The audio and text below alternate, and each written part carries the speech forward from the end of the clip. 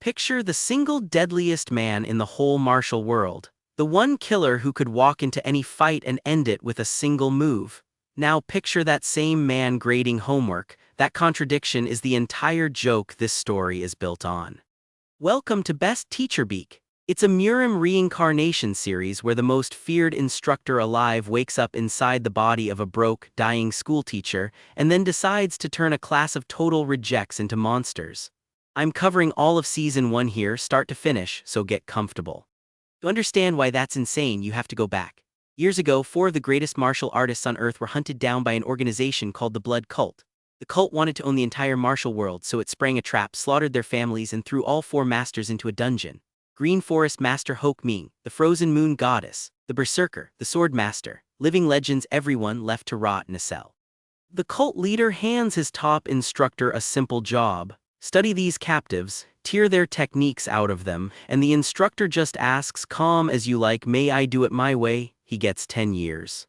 Here's what he actually does. Instead of torturing 4 broken old masters, he sits down and cuts a quiet deal with them. You teach me, I keep you breathing. For 10 years he trains under all 4, soaking up everything they know.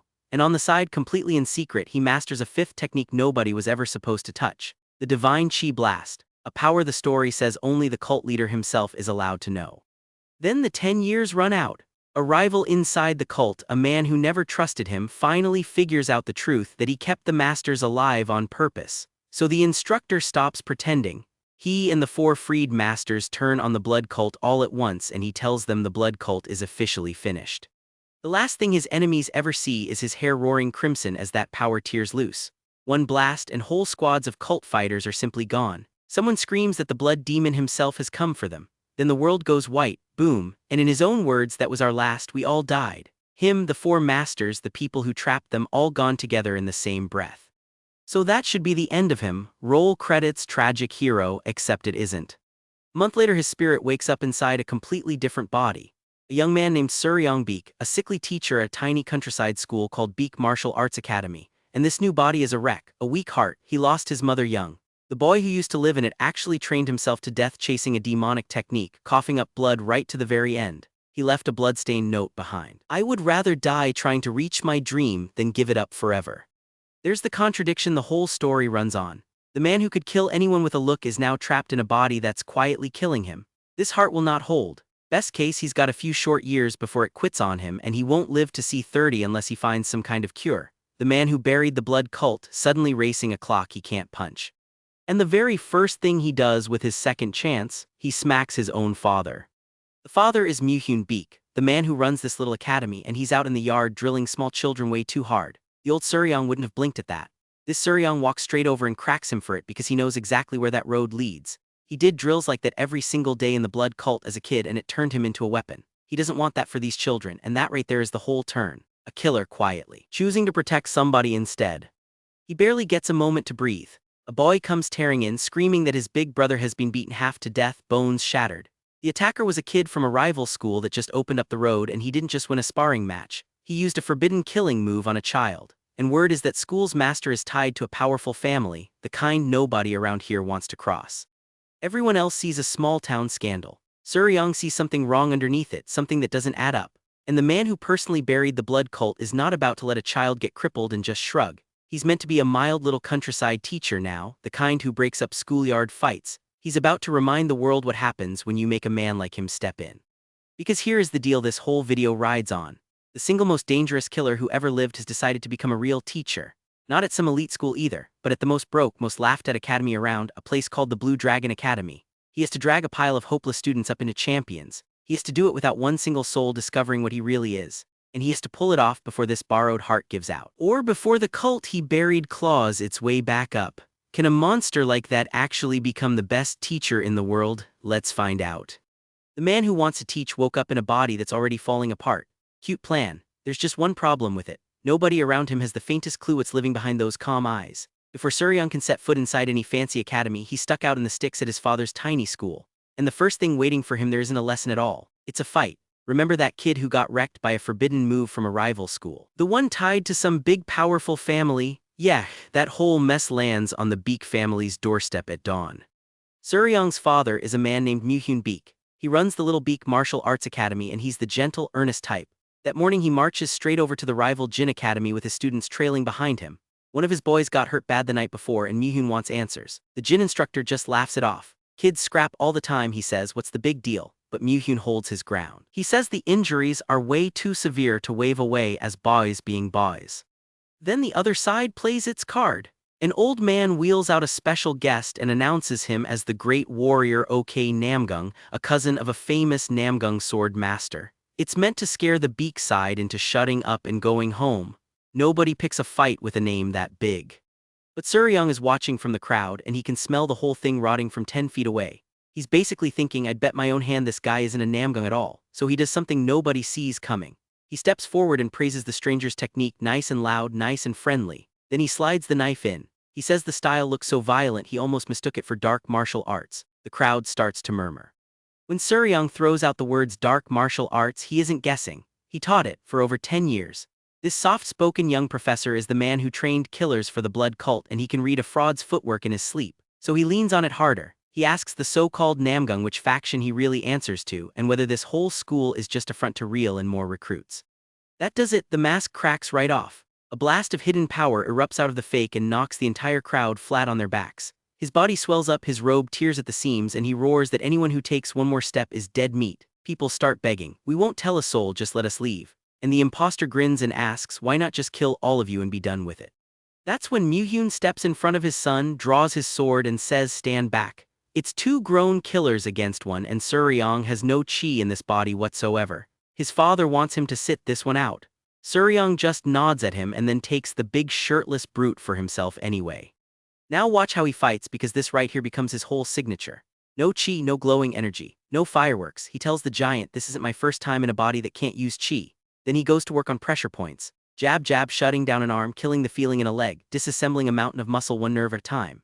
It's brutal and it's surgical at the same time, and it's the only way a broken body like his ever wins a fight. The brute even swears he knows a few decent tricks and Suryong just wipes his face and agrees. So do you apparently. And while his hands keep working, his mind drifts somewhere old. Back in his day, fellow instructors and students used to look down on him, mock him, sneer that a man who couldn't use chi had no business teaching martial arts. He proved every one of them wrong with these exact hands. He's about to do it again. But it costs him. He's running on fumes, dragging a sick frame way past anything it should survive. He finally drops the brute and thinks, if I could just unblock my chi. And right then the guy he knocked out lunges for his back, screaming that he'll kill him. Suryong's too spent to even turn around. His father isn't. Myuhyun flashes in and takes the attacker's whole arm clean off. Suryong barely gets the word father out before his legs quit. Take care of the rest. He mumbles, I just need a little nap. Then the world goes black and his father is screaming his name into it. He lives. A few days later he's back home, half watching his little students stumble through their drills, and inside his own head he lets something slip to us. He knows elite secret techniques, 5 of them actually. He even carries the dying wish of 4 great masters who wanted their arts passed down to someone worthy.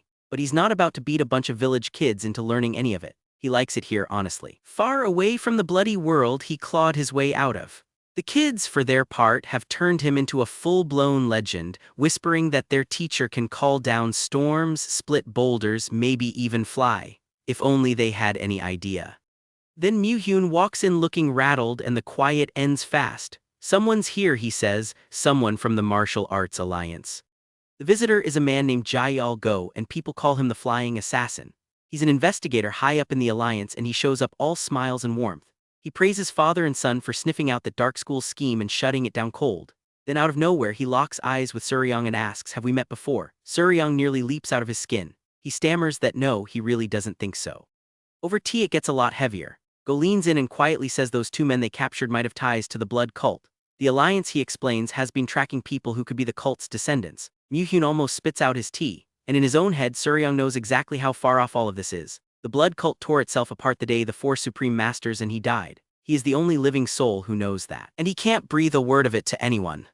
Go keeps studying them, hand resting loose near his sword, feet set like he's ready to move in a blink. He mentions that Myuhyun's voice sounds familiar. The father laughs it off and says he's just got one of those common voices. But Suryong isn't buying the friendly act for 1 second. He can feel it in the room. This investigator is monstrously strong, the kind of strong that stands the hair up on the back of your neck. He hasn't felt this tense in years.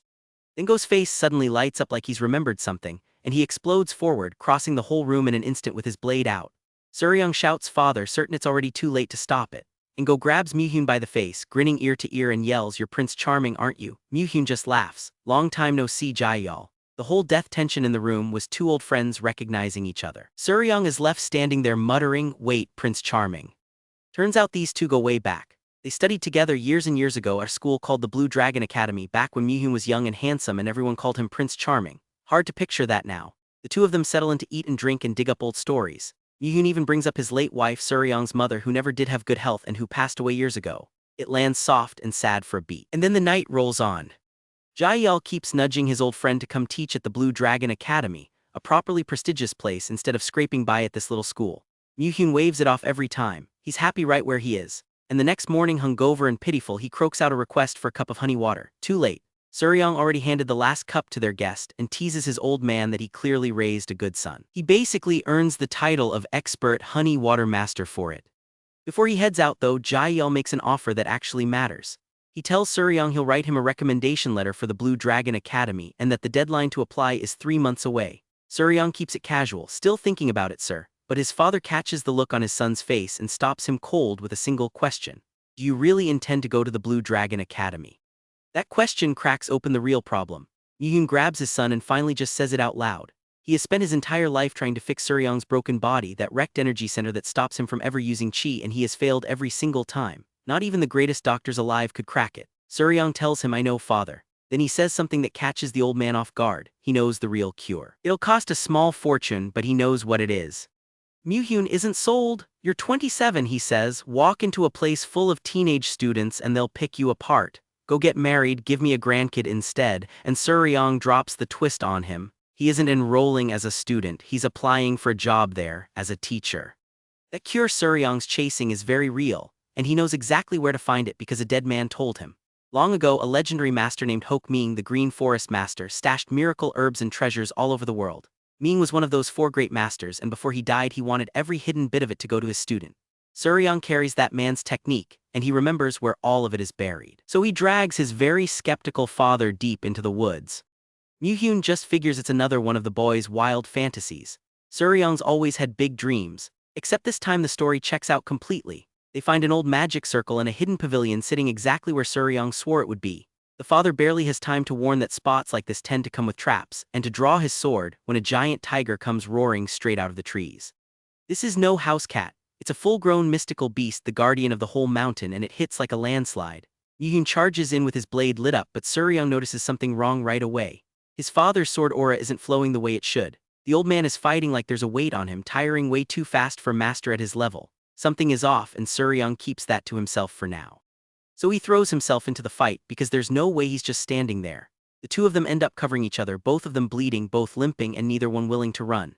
His father tells him to stay back, it's dangerous. Suryong fires right back that his dad can barely walk, and besides, if you die, I die too. And then they laugh right there in the middle of a monster fight. Together they land the finishing blow and drop the tiger. Inside its body they dig out a small chi pill, a little bead of pure energy.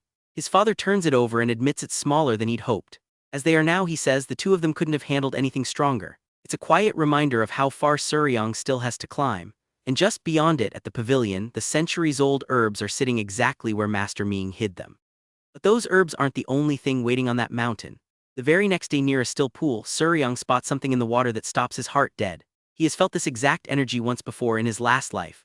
A glowing white blade punching through fire straight into his chest. It's the metal that killed him. It's meteorium, a rare mineral left behind by falling stars, and the same stuff they used to forge the head of the blood demon's sword. He dives straight in, clothes and all, and comes up gripping a dark blue stone. His father's baffled. Suryong just says one word, meteorium. Mihyun goes pale. He warns that if word ever got out, warriors would slaughter each other by the dozen to claim it, especially the dark martial artists who don't flinch at hurting anyone. And Mount Beacon sits way too close to home for that kind of trouble. Suryong argues it's actually safer to grab it and hide it like a pretty rock than to leave it lying around for someone else. His father sighs and gives in. Then Suryong starts giggling to himself, picturing the weapons he could forge out of it, something like the blood demon's own sword. It's creepy enough that Mihyun physically recoils and smacks him. "Stop laughing like that," he says, "you're scaring me." So they head home together, and once they're back, the father steps out to go sell the tiger pelt, leaving one crystal-clear order behind. "Do not touch those miracle herbs until I get back." The second the gate clicks shut, Suryong grins now that he's gone. He grinds the herbs down in a mortar and he tells us plainly what he's about to attempt. The divine chi blast, a technique that goes against the natural laws of the universe, one that looks to any normal warrior exactly like a demonic art. He decides he'll worry about the fallout later. Down the hatch, he drinks it, and a few seconds later his heartbeat slams like a war drum. The cup shatters in his fist, and he crashes to the floor screaming, both hands clutching his chest. That whole night is pure agony. Suryong grinds through it completely alone, purple energy crackling off a trembling hand, forcing out the words, "This is only the beginning." He sits, folds his legs, and runs his chi through his body. Almost every channel is choked solid with impure energy, and this is the moment he finally says the quiet part. He's supposed to die before he turns 30. Then he snarls, "We'll just see about that," and forces the breakthrough with a scream that cracks the roof clean apart. Morning comes, he's absolutely wrecked, but he's grinning. It worked. He formed a chi pill and reached the first level of the divine chi blast, and by his own math that just bought him at least 3 more years of life. And this is only the start. Level 1. The technique climbs, and every rung he clears buys a little more time on the clock. To toughen up this weak body, he starts running Green Forest technique number 18, the one Hoke Ming built, leaping across the rooftops until he collapses. And he lets slip just how loaded he really is. On top of the divine chi blast, he's holding the Berserker's technique, the frozen moon goddesses, and the sword masters too. 4 dead legends all living inside one sick young teacher. He laughs and wonders out loud how strong he'll be once he's mastered every last one of them. His father comes home that night, cheerful about the price he got for the tiger skin, and freezes mid-sentence. Suryong, his boy, looks like he got dragged through a war. And when he finds out Suryong ate the herbs without waiting for him, he loses it, grabs a stick, and chases his son around the yard. Doesn't change a single thing though. Suryong just goes right back to grinding out the divine chi blast, day and night, over and over. And then the letter he's been waiting on finally lands. From Jaeol Go, the flying assassin, the Blue Dragon Academy is hiring a new teacher. He reads it and he grins. Before he ever sets off though, there's one more piece of this body's story worth telling because it hits harder than any tiger. Years back, when the frail young man who used to own this body was ready to leave home, his father threw him a send-off nobody in that village ever forgot. They actually called it the match of the century. The word going around was that if the boy lost, his father wouldn't let him move to the city at all. So they dueled in front of the whole town. Moo-hyun drew his blade, unleashed his wuthering sword technique, and swore he wouldn't use chi just to keep it fair. The boy was born weak. Everyone standing there had watched him struggle his entire life. But he'd spent a full month secretly studying his father's swordplay, and slowly he started reading every move before it landed. Then he said the thing his father had needed to hear for years. Mother's death wasn't your fault. Being born weak isn't my fault either. I'm not some burden you have to carry around for the rest of your life. That cracked the old man wide open. He came at his son furious, demanding to know whoever called him a burden. And the boy caught the blade with a glowing chain of chi, looked him dead in the eye, and said, "It's over." He told his father the guilt over all of it had kept him locked in a cage for years, and it was finally time to walk out of it and be free. Moo-hyun let his sword drop. "All right," he said, "I lost, you can go." The whole village mobbed the boy, cheering, hugging the weak kid who'd finally grown into a man. And when he glanced back one last time, his father looked tired, but for the very first time, he also looked relieved. That's the body Suryong is living in right now. Same weak frame, same short clock ticking down. Except now there's a killer sitting behind those eyes, 3 borrowed years freshly stacked on the meter, and a recommendation letter burning a hole in his hand. The worst academy in the entire martial world is hiring, and the man who once trained killers for the blood cult is about to walk in and fill out an application. The only questions left are whether they'll be foolish enough to let him through the door, and whether 3 years is anywhere close to enough time. So Baek's holding a recommendation letter and a 3-year clock, and the worst academy in the world just posted a job. Easy, right? Except the road to that door runs straight through a murder scene, and before he ever knocks, you need to know whose body he's actually wearing and whose blood is buried inside it. Because this body came with a family. Rewind a few years before the cult, before the reincarnation. There's a young man saying goodbye to his father outside a tiny, struggling academy in the middle of nowhere. That's the original Suryong Baek, the real one, and the old swordsman seeing him off as his dad, Moo-hyun Baek. The kid promises he'll come back rich and successful someday. Dad just asks him to keep the little academy from going under while he's away. They walk the road together for a stretch, and Moo-hyun drops a bombshell the boy never saw coming. His own grandfather is the head supervisor at the Blue Dragon Academy. Nobody ever told him, and Suryong is floored. "Why didn't you tell me that sooner?" Turns out Moo-hyun and his late wife lost contact with her father decades ago, right after the wedding. The old man never forgave them. Moo-hyun even half jokes that grandpa might want to kill the boy on sight just for looking like his dad. Suryong shrugs it off and walks away down the forest path, never once glancing back, and his father is left standing there completely alone. Alone is the whole theme here. Mu-hyun goes home and starts talking to a wife who isn't there. He admits it out loud. It's a hallucination, it's self-deception. He knows it, then we get the love story. Years back he met a woman at a tavern, thin and frail, brittle as a dry twig, and she marches right up and demands he buy her a drink. Her name was Yakbing Mi and he fell for her on the spot. She warned him, her health was bad, she wouldn't live long. He proposed anyway. Her father, a terrifying old master, called Mu-hyun a goddamn thief and nearly cut him down where he stood. What stopped him was Yakbing throwing herself in the way. If you kill him, you'll have to kill me too. That father was Jukryo Mi, hold onto that name. So they married, they were happy. She gave birth to a son who looked just like his dad, and then exactly like she'd warned, she was gone. Mu-hyun screaming her name over the cradle. He poured every scrap of that grief into his sword until he mastered a technique that wraps the blade in glowing blue chi, thanking her memory for guiding his hand.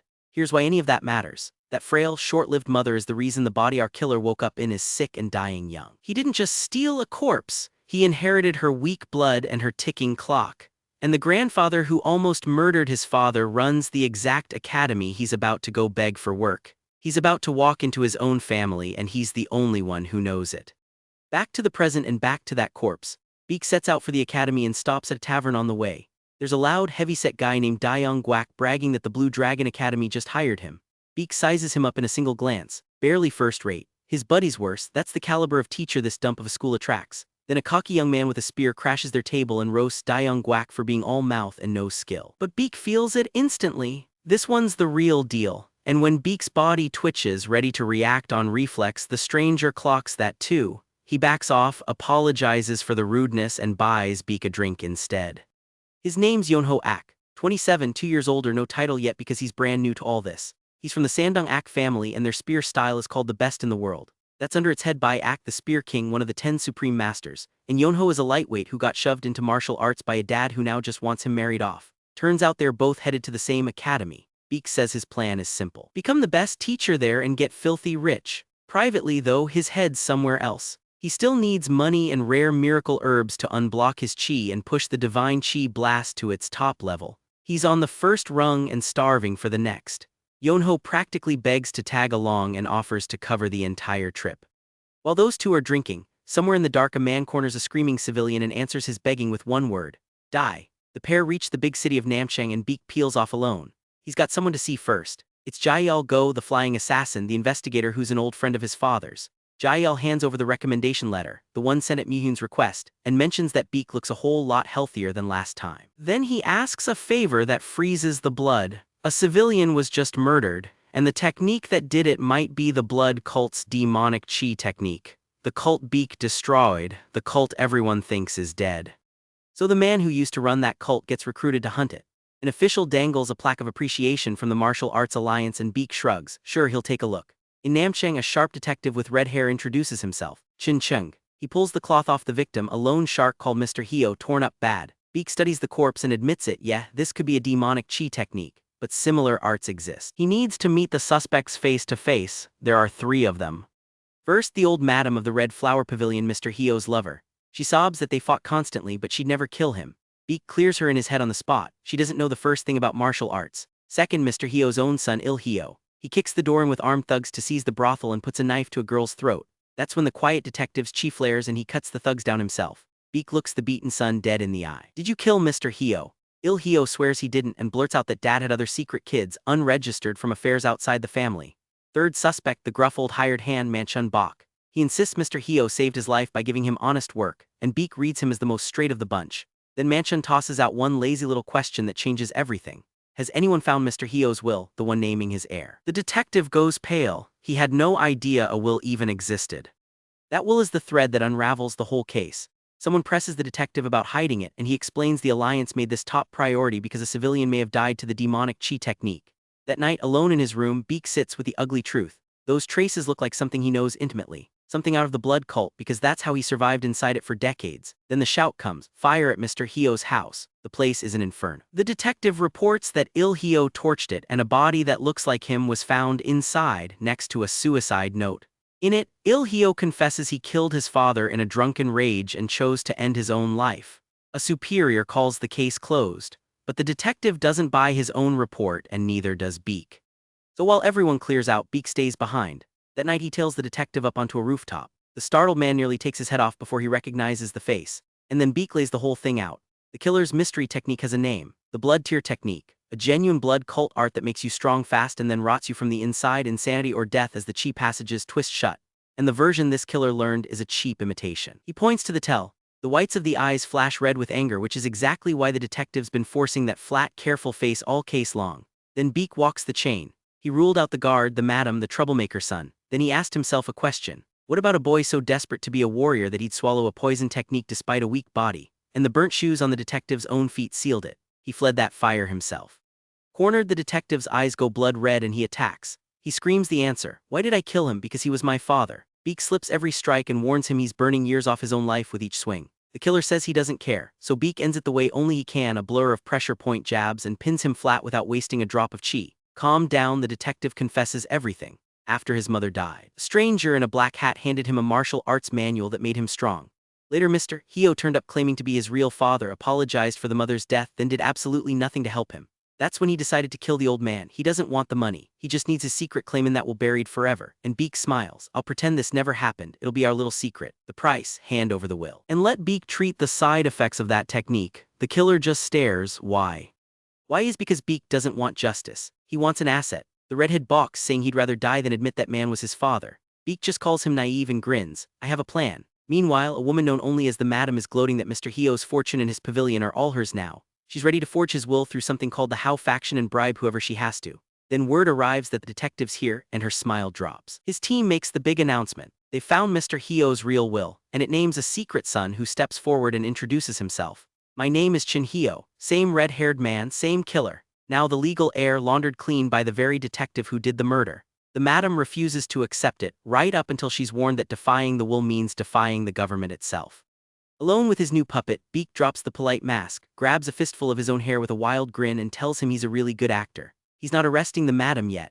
He'll let her hang herself for 6 months first, then take her down for tax evasion, assault, and blackmail all in one shot. They shake on it. He charms the old bodyguard Namchang Baek into staying loyal too. The whole operation sewn up tight. Officially the story is spotless. Mr. Hyo's legitimate son was the killer, set the fire, took his own life, case closed, and Baek gets the credit. But alone in the dark, he admits the truth to himself.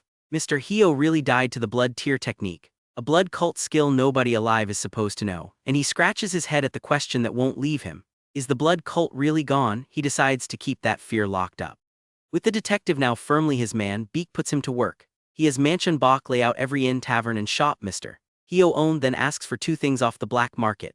Rare herbs loaded with yang energy, even poisonous ones, and a blacksmith who knows how to keep his mouth shut. He's still chasing his cure, and he's still hunting the smith who can forge his star metal blade. Then he finally heads back toward the academy, where a colleague teases him for vanishing for days. Baek waves it off. You don't want to know, you'll get hurt, and that colleague shows him the news he's been waiting on. The Blue Dragon Academy is officially hiring. Baek starts reading and his whole face falls apart. The students get to vote on which teacher gets the job. The man who once forged killers for a living, blocked at the door by a ballot box full of spoiled brats. So how does a monster win a popularity contest? That is the wall he hits next. Let's get this straight. The instructor who once forged children into weapons for the blood cult now has to win a popularity contest. A ballot box full of spoiled brats stands between him and a paycheck. And that paycheck is everything, because this borrowed body is dying and the cure isn't cheap. Then he reads the rest of the notice and it gets worse. The Blue Dragon Academy is hiring 10 temporary instructors on a 3-month trial. Pass the monthly reviews and you might earn a full 3-year post, but the final call comes down to a last evaluation and a student vote. Baek just stares, so I'm supposed to hope a bunch of little brats pick me, he mutters.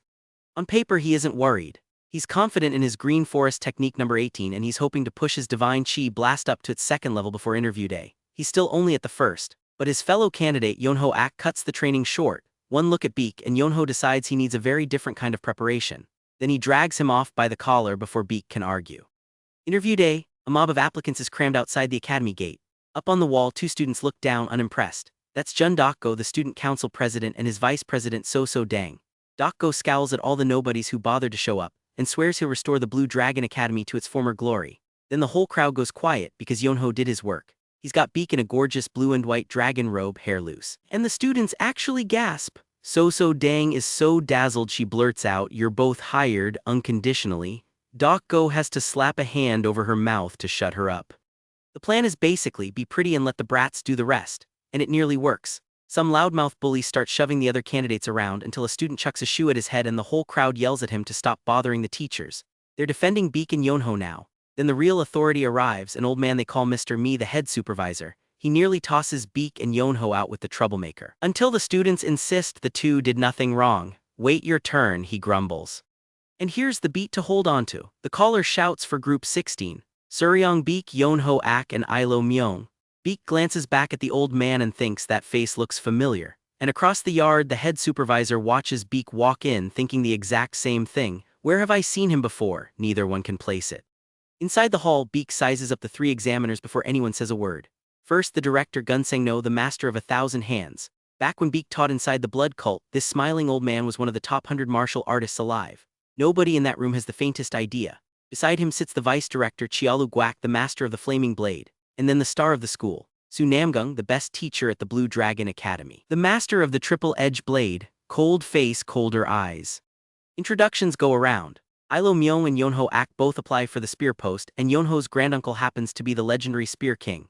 Then Baek steps up as Suryong Baek of Hocheng and mentions he teaches at his father's little academy. Su Namgung asks why he wants the external chi post. Baek says it's his strongest area and claims he's handy with swords and hidden techniques too. Su Namgung isn't buying a word of it. I don't sense any chi in you at all, he sneers. He mocks the rural school, then leans in close. Is this a joke to you?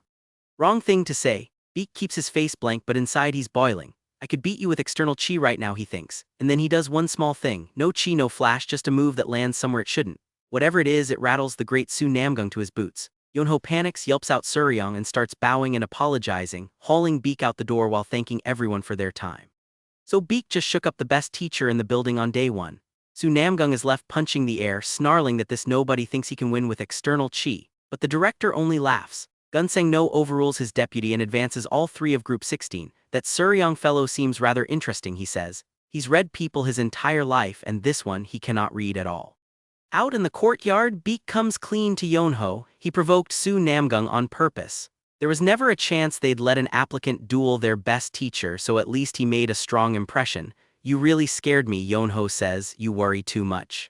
And that's when the night turns. The old head supervisor pulls Baek aside alone and asks one simple question. What's your father's name? And Baek's stomach drops because he completely forgot about this part. Buried in his memory is a warning about this old man. His grandfather runs the academy and might like him because he resembles someone named Yakbing. Baek stalls. Big mistake. The old man draws a sword humming with blue energy, points it, and answers for him. Muhyun Baek, he guesses? Answer me or we fight. There's no lying out of this one. So Baek does the only thing left. He drops into a deep bow and shouts a single word. Grandfather, your grandson Suryong Baek, and the old man just freezes, blade still raised, completely stunned. For a second nobody breathes, then the old man explodes. How dare you call me your grandfather, he roars. Say it again and I'll cut out your tongue. Baek doesn't flinch. My mother's name is Yakbing me, he says. Cutting off my tongue won't change that. And just like that the fury drains out of the old lion. He takes Baek's face in both hands and the tears come. Your eyes are like hers, he whispers, so are your hands. And up close your mouth reminds me of her too. Why did you tell me sooner? Baek feeds him a warm cover story that he wanted to say it proudly only after earning his spot at the academy on his own. What he leaves out is the real reason. He honestly just forgot. So Grandpa accepts him. I like your spirit, he says. You're my grandson all right. Then one breath later he's a grouch again. Don't you ever smile in front of me again. He calls Baek's father a real bastard, then instantly adds, but he's still your father, so show some respect. Baek beams and promises to visit all the time, grandfather, which only deepens the old man's scowl. And now the reveal drops. This white-haired terror is Jukryo Mi. The saber-toothed tiger, 30 years ahead supervisor, notorious for crushing any spark of student romance on his grounds. And here's why. Decades back, his own daughter fell for a student at this very school and the two of them ran away together. That daughter was Yakbing Mi. That student became Baek's father. So the killer hiding behind a teacher's smile marched in begging for job and the place turned out to belong to his own grandfather. And only Baek knew it. His fellow candidates are floored. He walked out of a private talk with the saber-toothed tiger in one piece. But Baek's already thinking ahead because now they explain the hiring exam. 2 parts. First, a 30-minute trial lesson worth about half your score where you have to make the students actually like you. Second, a duel against a current teacher with the director picking your opponent. Baek wants Su Namgung for the drama of it, but doubts they'll ever hand him that match. To learn what wins these kids over, the group scouts that night's student council festival, and it gets strange fast. A council officer accuses one of Baek's friends of an inappropriate interaction with the opposite sex for the crime of saying hello to the candidates and has him hauled off. Someone starts to explain the rule goes back to an incident 30 years ago, then gets cut off. Then a drunk stranger shoves into Baek and says one word, berserker, and Baek's whole body changes. He grabs the man by the collar and his voice drops to ice. Who dares use that title around me? Now the story tells you nothing here. Not who the berserker is, not why one word flips a switch in a man who never loses his cool. Baek even taunts the drunk for being more fun than all the well-behaved warriors, which only pours fuel on the fire. The stranger turns out to be Gang Hyunwon, junior head of the Hyunwon family, and people whisper he looks just like a man named Hu Hyunwon. Too proud and too wasted to back down, Gang draws his sword and slashes right at Baek's group. "Try to restrain me," he snarls. And here's the crazy part. Gang is blackout drunk and still unbelievable. He's slipping and blocking every real strike in the Hyunwon family's single-edged sword style. His classmates resent all his brawling, but underneath they're genuinely afraid of him. Then someone strolls down the stairs to end it, one slow step at a time. He orders Gang back to his dorm, and when Gang refuses, threatens to strip the last scrap of dignity from his family name. That lands. Gang backs off, muttering, "Sahyok Peng." And this Peng is a heavyweight, junior head of the Habuk Peng family, one of the 5 great families and president of the Academy's Club Association, alongside Jun Dokgo, one of the 2 most powerful students in the school. Remember, Peng is a student, not a teacher. Peng then invites the new candidates to a banquet, foots the entire bill, and announces the interview results a full day early. "Congratulations on passing," he says. Baek sees straight through it. The kid is flaunting his money and pull so they'll all fall in line. That little brat has picked up some bad habits. Baek decides, "I should teach him a lesson." He slips away from the party and Ilo Myung comes running with bad news. Peng won't stop picking on Yonho. Baek's jaw set. "I won't let one of my future students harass a teacher," he says. Then a scream cuts through the night. And there's Yonho, gripped by the collar in tears, being accused of trying to seduce a student. So it's a setup, and a nasty one. Peng plays it to the crowd, sneering that a man like Baek could never teach at the Blue Dragon Academy. Baek snatches back a torn strip of cloth. "You're the one who ripped this off," he says. Peng calls him a rat who ran away, so Baek slaps him across the face and sends him flying. Peng gets up and makes it formal, charging him with assault, abuse, and vandalism, 2 hooded students backing the story. Then the doors bang open. A red-haired detective marches in on an underage drinking sweep, demanding everyone hand over their ID. And if that shade of red rings a bell, hold that thought. Peng tries to wave it off as a martial arts matter out of police reach, then leans in to slip the man a quiet bribe. Wrong detective. He calmly tacks on attempted bribery and obstruction of justice. Cornered, Peng throws his family name around and blames Baek all over again. But Baek's allies aren't having it. One shouts that Peng set the whole trap himself. Another swears on the Sandong-ak family name that Baek is innocent. And then the aura hits. Jukyo-mi sweeps in glowing blue, thundering, "You call yourselves students of the Blue Dragon Academy." And his own grandson cheerfully drops the hammer. "Mr. Peng here invited us to dinner," which exposes the bribe. "What have you done, Sahyok?" the old man demands. The detective lays it all out. Drinking, destroyed property, and attempted bribe. When the academy offers to cover the rectin, Peng nearly begs to pay for it himself. Terrified his family will find out, and Baek looks at the whole scene with contempt. "You should be ashamed," he tells them. "Do you people really think you're fit to be teachers?" Then he walks off, his own students scrambling after him, calling his name. So Baek's got the job practically in his pocket, a grandfather in his corner, and the one man who could smell chi swore there was none in him at all. Perfect cover. But he still has to pass that exam. A trial lesson where killer instincts count for nothing, and a whole room of brats has to like him, plus a duel he doesn't get to choose. He still needs a real blade worthy of what he's become. And there's that one word, berserker, still sitting there unanswered, waiting to go off like a fuse. Baek's got a whole room of brats to win over and a duel he doesn't get to pick. But before any of that, there's one thing on his mind, and it isn't the exam. It's a sword. 10 days out from the test, he settles a smaller score first. The Peng family's junior head trashed him in the night before, so Baek writes up the damages and bills the kid 10 times over. Someone points out that 10 times seems a bit much. Baek just smiles and says put it on the tab. Or the bill goes straight to the head supervisor. That's his grandfather. That brat's eating cafeteria food for a while. Then he rides out of the academy with his scout, a quiet guy named Manchun, and nobody back home really blinks.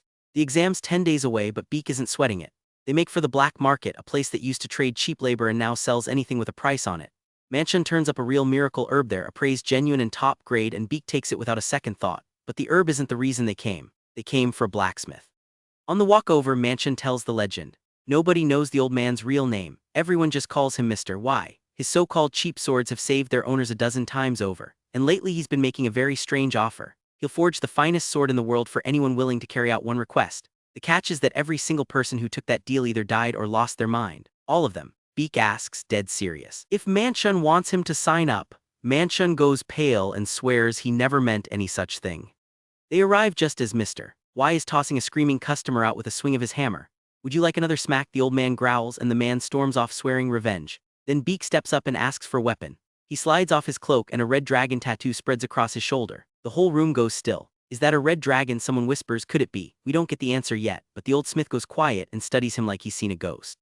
Mr. Y looks him over hard, then calls him an unfinished sword, one that might shatter at any moment, and tells him to come back later. Even so, he presses a stopgap blade into Baek's hand, a plain sheathed thing called Moon Shadow, muttering that it carries an unusual aura. Right on cue, the customer he threw out comes back, drugged out of his skull with a gang and torches. Baek waves everyone behind him and takes the whole mob alone just to test the sword. He cuts through them like wet paper. Their footwork's a joke, he notes. They don't know the first thing about an ambush. One of them tries to bolt. Baek stretches the blade's chi clean across the yard and pins him in the air.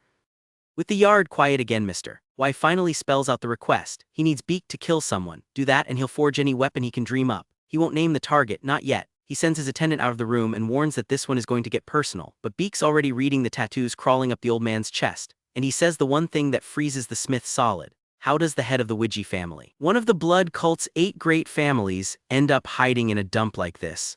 Old man lunges. Baek meets him easily, then plays a card. He claims he's something like a descendant of the Blood Wolf unit and draws his blade in the Blood Wolf sword technique. Mr. Y recognizes it on sight and softens, certain the boy learned it from his father, but Baek isn't anyone's descendant. He was the blood cult's own star instructor in his last life, fishing with bait he knows by heart. Then he drops the big one. He knows the cult's greatest treasure. The blood demon sword is hidden inside a red dragon tattoo on the old man's shoulder, a mark just like his own. The smith doesn't deny it. He just crumbles and begs, please, I need you to kill my grandson. He leads Baek deep into the woods to a hidden grave. My son and his wife rest here, he says, and that's my grandson Chinwiji. And Chinwiji turns out to be a cheerful little kid chasing blue butterflies over the moon to finally have visitors. Grandpa calls him the most gifted fighter their family has ever produced. Then comes the rest of it. Years ago, while the boy was left alone for months, a man in a black hat handed him a book. After that, something inside the child woke up. Ask the boy what style he's using, and he answers by loosing a blast of energy that nearly flattens the trees. Baek recognizes it and his blood goes cold. That's the infinite blade technique. And just like that, the sweet kid is gone. Chinwiji grins under a red haze and asks if he can kill the stranger now because he's bored. His grandfather begs him to stop. Baek only tells the old man to stand back, draws Moon Shadow, and asks the boy if he'd like to begin. They fight in the rain and Baek plays with him. Who taught you to swing that carelessly, he says, fixing the kid's stance in the middle of trading blows. Lower your center, stand up straight. He even needles the boy for stealing footwork, calls it his own invention, tells him those steps were mine first. The kid answers with the infinite blade and spirals into a screaming rage. I'll die and I hate you and I'll kill you. Baek tells him to calm down, then ends it clean with a single finishing strike. Baek looks at that technique and recognizes his own fingerprints on it. In his old life he rewrote that very tome by hand, warped it on purpose to rot the blood cult from the inside. Now it's poisoning a child, so he makes the call the old assassin never would have made. He doesn't kill him. He sits down, wraps the boy in his own chi and burns the impure energy out of him by force. It's agony, and it takes everything the kid has just to survive it. Then something Baek didn't expect happens. His own power jumps to the 3rd level of the divine chi blast. He'd been stuck on the first rung for weeks. He walks out 2 levels higher off a boy he chose to spare. The grandfather comes crashing in frantic and Baek gives it to him straight. I didn't need to kill him. I pulled every drop of that poison out of his body and his mind. The boy wakes believing he had one long nightmare and the old man crushes him in a hug. Then he offers Baek his own life as payment. Baek waves it off. All he wants is a sword strong enough to rival the blood demon's sword. And he holds up a glowing chunk of ore. The old smith gasps. Meteorium. Forging that, he says, would be the goal of his whole life. So Baek walks out of those woods with everything he came for and then some. A blade of star metal on the way, hammered out by a living legend. A boy prodigy who owes him his sanity. And a master smith who owes him a grandson. Under all of it sits a warning. They have to move fast before the man in the black hat comes back for whatever he planted. Because someone out there is still slipping cursed tomes into the hands of children, and Baek has no idea who. That's a thread we'll be pulling on for a long time. For now, he's got a sword on the forge and an exam still waiting, and a room full of students who have no clue what's about to walk into their lives. And that exam finally lands. The whole of Blue Dragon Academy packs the trial grounds ready to size up the new applicants. There's just one problem: the star of the day is nowhere to be found. The head supervisor is fuming. He's the old man with the long white hair and he's watched the clock run out on Baek. Late, he growls just like his father. He's ready to strike the name off the list right there. But a young instructor jumps in and begs for more time. Then he leans close and plays a card nobody expects. If you fail him, he whispers, Baek will just go open his own Baekryong Academy down the road and steal every student we've got. The old man pauses, and somewhere behind that scowl he's actually delighted. That kind of nerve, he thinks, that's my daughter's blood right there. So he agrees to let Baek go last if the final applicant is fine with it. 2 of them gladly trade their slot away because nobody likes going last anyway. And here's the thing the crowd doesn't know. That furious old man is Baek's own grandfather. His exact thought is, if that grandson of mine doesn't show up in time, I'll kill him myself. While they wait, the examiners start gossiping about one of the applicants. Yonho Ak, word is he drinks like a fish and there's a heavy reason for it. He's the last survivor of the Chinju Peak massacre 20 years back. Then the man steps up and lets his spear do the talking. It's a violent, gorgeous display and the whole yard breaks into applause. He sure lives up to the family name. Then Baek's name gets called. Still no Baek. The grounds go dead quiet, that awful kind of silence where everyone's holding their breath, until someone points at the sky. Something's flying this way. It's screaming toward them like a missile wrapped in a storm of light. And Baek comes crashing straight down out of the heavens, riding his own chi like it's nothing. He lands with his hair swept back, gives a big theatrical bow and grins. Sorry I'm late. My name is Suryong Baek. The crowd is stunned, then hooked. Even the director cracks up. You're the most entertaining candidate I've seen in all my years, he says, ready to start. Baek scans the beginner class in front of him and clocks a few familiar faces. Then he flips the whole lesson into a game. His subject is external chi, the raw physical kind, no inner energy allowed. So he draws a chalk circle, plants himself in the middle and makes an offer. Knock me out of this ring using external chi only in 30 minutes and 100 silver coins are yours. Use internal chi and you're out. One muscular kid doesn't even wait. He lunges first, yelling that the money's already his. Baek barely moves. He redirects the charge and plants him face first into the dirt. I knew you'd go first, gang, he says, smiling. It's nice that you're so predictable. Now the rain comes down and the ring turns into a brawl. Baek's grinning through all of it. Is that really all you've got? He taunts anyone else. A kid with a red scarf swings hard and shouts, don't underestimate the Habuk Peng family. Baek just tells him his movements are too big and drops him. A girl comes at him flirting, begging him for a lock of his hair to keep as a souvenir. Baek reads it instantly. That's a mind game. Exactly what a daughter of the Sashin Dang family would pull. He puts her down too. When someone suggests the students team up, he waves it off. No, he says, I always fight alone. And to make a point, he promises to stop using his left hand, and if that's still not enough, he'll drop his left foot as well. Then he sweeps the whole pack of them at once. Now here's the part only we get to hear. Inside his own head, Baek notes he ran this exact drill countless times back in the blood cult. The crowd sees a charming teacher. We see the man he's hiding. Off to the side, the academy's external chi teacher is sweating. His name's Irak Yang and he's terrified this newcomer is about to take his job. He silently begs the star instructor Su Namgung for help, but Namgung shuts him down cold. Deal with it yourself. So Yang plays dirty. Someone orders a bald student named Juhan So to break the one rule and hit Baek with internal chi. Baek hears it coming and warns the kid off. His threat is so ridiculous it's almost sweet, something about reporting him for sneaking into a brothel underage. The kid swings anyway, and the strike is aimed right at Gang. People scream, but Baek cuts clean through the whole gust of blade energy with a single stroke and sends Juhan So flying. Yang thinks he's won and tries to get Baek disqualified for using inner energy. The judges shut that down fast. That was a pure sword and body technique, they rule. Not a drop of internal chi in it. A genuinely impressive display. Baek bows. That concludes my trial lesson. The students go wild. You're the best, Suryong. That night, Baek's back at a table with two fellow instructors, drinks flowing. And of course the grandfather materializes right over them. A drinker, he grumbles, just like your father. The two friends practically dive under the table to hide. But then the old man softens. He asks if Baek's alright after that flashy technique earlier and presses a small, expensive-looking bead into his palm. Your mother was always sick, he says, and you don't look too healthy yourself. It's the closest that grumpy old tiger gets to saying he's scared for him. Then the director slides in, and this man is not ordinary. Gunsang No, the master of 1,000 hands. In his day he hunted down and killed more dark-style masters than anyone alive. I didn't know you were his grandson, he says, and asks Baek to join him for tea.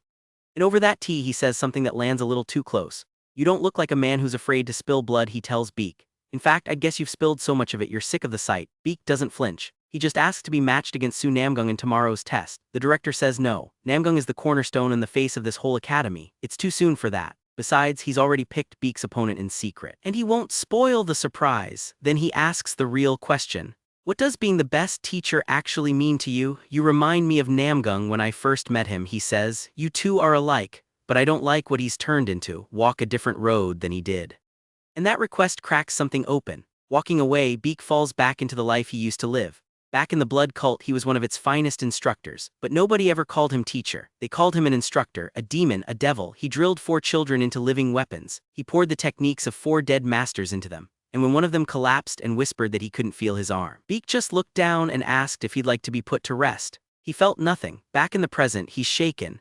Namgung reminded him of exactly who he used to be, and this is the piece that's going to haunt the whole story. The brutal blood cult way is the only way he knows how to teach, so how does a man like that ever become the real thing? The trials roll on the next day. Yonho Ak grinds through a match half-dead from his hangover, swearing he won't shame his family. There's a whole scene with a hot-tempered vice director going after some kid who keeps calling him uncle. He slashes at the boy with a blazing blade until the director steps in, calls it off, and tells him to keep personal feelings out of the tests. Then a young woman with a stack of books walks straight up to Baek. She'd been watching his footwork and it bugged her because it was too clean. "Was that sword technique you used yesterday the Moyong family?" she asks. Then before he answers she adds, "No, the Galian schools as well." Baek's smile catches for a second. She just read his infinite blade technique off a single glance. He explains that it braids two opposite styles together. The Moyong family's slow and smooth, against the Galian school's rough and vicious. And he learned all of it from his father, a man who runs a tiny academy out in the countryside. She introduces herself. Soyoung Yeagle, here to teach tactics, traps, and the history of martial arts, fresh out of the Chin Martial Arts Academy. Baek gives his name. "I know," she says, "you're the most famous applicant here." The two of them settle in to watch the last match. Ilo Myung against Su Namgung, the fighter the whole crowd swears is unbeatable, and Baek notices something. Namgung isn't even taking Ilo seriously. "He used to be so sweet when he was younger," Baek murmurs, which Soyoung finds impossible to believe. Ilo, running out of time and desperate to stand out, hurls everything he's got into one last storm of strikes, and that's when the horror hits him. Su Namgung has been copying his footwork the entire time, move for move. "Why is he mirroring me?" Ilo thinks, "that little punk." And on that gut punch, the real fight of the day finally breaks open. But right as Ilo starts to crack, a voice slips into his head. Calm, steady, and definitely not his own. "Suryong, is that you?" It's Baek whispering into his mind from across the yard, and he has an offer. "Help me teach that smug jerk a lesson," he says, "and do exactly what I tell you, no questions." Ilo doesn't even hesitate. "Okay." Su Namgung figures the kid is finished and draws his sword expecting him to fold. Instead, Ilo charges with a battle cry and starts landing blows that rattle the veteran, because Baek is calling the whole fight in real time. Upper left, dodge it, step back, slash coming, get clear. Combo on his torso, go. Ilo moves like he can see the future and Namgung can't figure out what is happening. The crowd loses it. A guy who was cornered a minute ago is running circles around the academy's best. Then Baek's voice gives the order, "Finish him." Ilo leaps in screaming, drives Namgung back and calls it, "You're finished." He should not have looked away. "Never look away in a fight," Namgung says, and the air around his blade turns to lightning. "I decide when the fight is over." Then he blasts Ilo clean off his feet, a wall of electricity, and Ilo goes down screaming.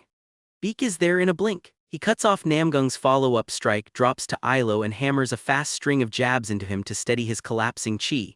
"Don't talk," he tells him, then he rounds on Namgung. "Were you trying to kill him?" Namgung just shrugs it off. "Sorry, didn't mean to use my sword aura, survival instinct." That lazy little apology is what does it. "Must be nice," Baek says, "to be so relaxed about everything." The two lock eyes and you can feel the next fight coming. Then an old official roars enough and shuts it down with a wave of raw pressure. "Consider yourself lucky, kid," he mutters to Baek on his way past. Baek waves an instructor over to rush Ilo to a doctor. And then it's Baek's own turn in the arena. His opponent is a mountain of muscle who rips his shirt open and promises to teach him some manners. Baek is still furious about Ilo. "I was going to go easy on you," he says, "but now I'm actually mad." One lunge, one punch. The big guy sails across the yard straight at Su Namgung, who plucks him out of the air easily. Namgung smirks. "That little punk aimed him at me on purpose," and he raises a crackling fist. The rivalry is officially on. A few days later, Baek does something nobody sees coming. He stands up in front of the entire academy and starts insulting it. "Blue Dragon is past its prime," he says. "Honestly, it shouldn't even count as one of the 5 academies anymore." The students are ready to riot. One shouts that Baek has no right to judge anything, but Director No lets him keep going. "Just know this," he warns, "if you're playing us, you'll pay for it." So Baek explains himself. He can read people, and these kids are not untalented. They're just crushed, carrying a heavy sense of defeat from being dead last for years. When the student council admits their big dream is to maybe beat 4th place White Tiger Academy, Baek raises the bar to the moon. "I'm going to make Blue Dragon Academy win the whole tournament," he says. The place goes dead silent. He must be kidding. Not everyone hates him for it. A student named So-So argues that losing a teacher this good would be a disaster for the school. Over at the herb shop, Yonho Ak is chewing Baek out for making a promise he can't keep. Then a young woman who just finished her own trial strolls in to check on the still sick Ilo, and something's off. Her breathing is even. Her clothes are spotless. She fought and doesn't have a hair out of place. She warns Baek he'll regret that vow, because there is no way Blue Dragon wins. As people mutter that he's a lunatic, Baek smiles to himself. Funny, that's what they used to call him in the blood cult too. He keeps that to himself. The director confirms Baek was serious and warns him that even saying the word tournament makes these people flinch. Baek shrugs and pulls out his favorite threat. Don't hire me and I'll open Baekryong Academy right across the street. Give it 10 years and my students will be beating up yours. That night the crew drags Soyoung Yeagle out for food and drinks. Someone suggests checking on Ilo first, but nah, it's a special day, so they leave the poor guy resting and go celebrate without him. The next morning the results go up. 10 new teachers hired. Soyoung Yeagle takes first, Yonho Ak takes second, and Suryong Baek scrapes in dead last at 10th. He passed, but there's fine print under his name that wipes the grin right off his face. Temporary teacher of the remedial class. Baek just blinks at it. The what class? Turns out the remedial class is where the academy dumps its flunkies and troublemakers. The lost causes. Baek's first guess is that Su Namgung stuck him there out of pure spite, but instead of complaining, he grins and volunteers on the spot. I'd love to teach the remedial class. At the welcome ceremony, he can't help himself. He jokes to a colleague that he was born with the righteous path in him, even if he did spend his last life in the blood cult. The other guy laughs it off as a weird joke, which is exactly how it needs to land. Then they announce that every new teacher gets paired with a senior mentor for a month. Baek watches poor Soyoung Yeagle get assigned to the famously strict Su Namgung and has a good chuckle about it. Then they call his name, and his mentor turns out to be his own grandfather, that grumpy old white-haired terror. Follow me, the old man barks. Baek mutters that he honestly would have preferred Namgung. Over dinner, Grandpa lays out the real stakes. Ever since the blood cult fell, the whole world has gone obsessed with one thing, the ultimate martial arts tournament where all 5 academies collide. Its crown jewel is a brutal bracket called the Phoenix Arena. Finish in the top 8 there and you earn the title Phoenix, and Blue Dragon Academy hasn't produced a single one in 10 long years. Then he drops the family bomb. 30 years ago, Baek's own father posted the best tournament score this academy has ever seen and reached the Phoenix Arena semifinals.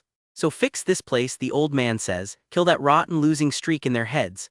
Baek jumps at it, maybe a little too eagerly, and Grandpa grumbles that he's every bit as cocky as his mother was. He hands Baek his 3 hardest cases to reel in. Yeoman, 2nd year, Sangung Jio, 4th year, and Gang Hyunwon, 3rd year. Baek picks the one he already knows, Gang. That night he tracks Gang down to the training yard where the kid is sweating alone in the dark, shirt off, furious that he can't copy some move he saw once, so Baek makes an entrance. He drops in hanging upside down and yells "Tada" right in his face. Gang whirls with his fists already up, then snaps back. My name is Gang, not Gang, get it right. Baek ignores that completely and just draws his blade, one clean slash. And he shows Gang the real version of the technique the kid has been butchering. Your arms and legs were a little off, he notes, and you're not flexible enough. Then he clocks something. Gang built that whole move from a single glance. This kid copies techniques on sight. So he offers to teach him the genuine article, Green Forest Technique number 18. Gang scoffs and calls it a cheap trick, and Baek being Baek pokes the bruise on purpose. Why so touchy, he asks. Is this about the Habuk Peng family? Wrong thing to say. Gang's face goes dark, his sword comes out, and he lunges nose to nose with Baek. You really think a little punk like you can hurt me? Baek doesn't back off, he backs it up. Sparring the next round, he keeps digging at the wound. Your family is a genius factory, he tells Gang, but keep this up and the Hyunwon stay the Peng family's lapdog forever. Gang snarls at him to shut up and swings. Baek slips every strike, tells him he's got real talent, then answers with one full power stroke that puts Gang flat on the ground. Somewhere in the crowd, a voice gasps that this kid could one day surpass even the berserker. Train with me, Baek tells him, and you could make the Hyunwon name the greatest in the single-edged sword world. Then he walks off and Gang just lies there cursing. Later over drinks, the young instructors are all groaning about surviving day 1 under Su Namgung, who apparently takes his job way too seriously. Baek mentions he paid Gang a little visit and that the kid refuses to train because he's terrified of provoking the future head of the Peng family, Sahyok Peng. That's when Soyoung fills in the history. The Hyunwon and Habuk Peng families used to be close, until the berserker showed up and poisoned everything. Who is the berserker? Someone asks, and Baek answers before she can. You mean Hu Hyunwon, right? Soyoung blinks. Yeah, exactly, Hu Hyunwon. Then she tells the legend. Hu Hyunwon was the greatest genius the Hyunwon family ever produced. He built his own heaven and hell sword technique on top of the family's celestial rumble. But mastering his art meant fighting 100 warriors, and somewhere in there he went mad. He killed a lot of people, including the young head of the Habuk Peng family. The alliance sentenced him to death. He vanished, walked straight into a blood cult trap, and got locked away as a fugitive. 20 years later, the story goes, he came home in secret. His family threw him a quiet welcome back banquet, and that night they say the berserker slaughtered every last one of them. He burned their halls, their sword manuals, even relatives who had never held a blade. Only a handful survived. and afterward the Peng family reached out to help the ruined Hyunwons rebuild. Baek walks home alone and he doesn't buy a word of it. There's no way the berserker massacred those people, he thinks. He and I died together that day, and if it wasn't him then someone turned the Hyunwon family's own techniques against them. Baek's eyes go cold. There is only one outfit on Earth capable of a frame job like that, the blood cult. For a moment he slips into a memory he never talks about, a dying man bowing, thanking him for everything before fading in a burst of purple light.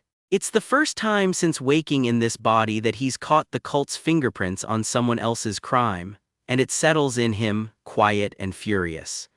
Meanwhile, Gang's luck goes from bad to worse. He tries to sneak out for a drink and walks straight into Sayok Peng and his goons. Peng grins and offers him a duel, taunting that Gang will cry just like he did when they were kids. Gang draws anyway, bring it on, and then Peng wrecks him. He beats Gang down and keeps hitting him after he's on the ground. If Gang were actually strong, he sneers, nobody would push the Hyunwons around. Stay out of my sight, he warns. Or I'll crush you like a bug. Then he leaves Gang alone in the rain, bloody and beaten, muttering that he is so tired of this. But that beating becomes the turning point. Gang owes his whole fresh start to Baek, and somewhere in the wreckage of that night a rematch gets set. Sahyok Peng at the tournament. Gang is not done yet. From there, Baek gets serious about building his winning team. He brings teenage Gang out to a private training ground and calls him his secret weapon for the tournament. And that's when a hyper little kid comes sprinting in, shouting Suryong.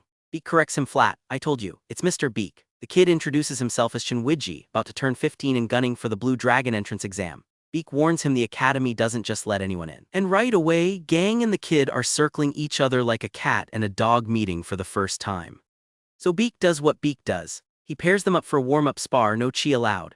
Gang steamrolls the little guy 9 matches straight until Chunwiji is bleeding and begging him to stop. All he gets back is a cold, don't talk to me right now. But in his head, Baek is thrilled. Gang copies any technique after seeing it once, and his body is practically made of steel, perfect to inherit the berserker's heaven and hell sword technique. And the boy taught himself the infinite blade technique and genuinely loves swords, which reminds Baek of an old sword master he once knew. He decides he's going to work these two like dogs, and he admits he has to level up himself, grinding his external chi and hunting down more miracle herbs to push his divine chi blast even further. Which brings us to money, or the lack of it. Baek strolls into the smithy of a gruff old blacksmith named Mr. Why to commission a sword, sees the eye-watering parts list and boasts that he's rich actually. His money manager instantly kills the vibe. You don't have any money. Turns out Baek has been burning his savings on shutting down shady businesses, buying a restaurant and bankrolling this entire smithy. The rest is locked in a new delivery outfit that won't profit for about a year. Baek shrugs and says he'll wait, then decides to slap his own name on everything. Baekryong Caravan, Baekryong Delivery Company, the man simply cannot resist a brand. Still broke, he does the most Baek thing possible and goes into business as a private tutor. He borrows some cash from a couple of the other instructors, then papers the whole district with the most shameless ad you have ever seen. Private lessons from the future best teacher in the world, Suryong Baek. Acceptance guaranteed. The crowds just laugh. Who on earth is Suryong Baek? But one person isn't laughing. An old man has just come back to the city after years away, muttering that it's a den of evil, clearly still recovering from some long illness. He catches the commotion around that ridiculous poster and something about it hooks him.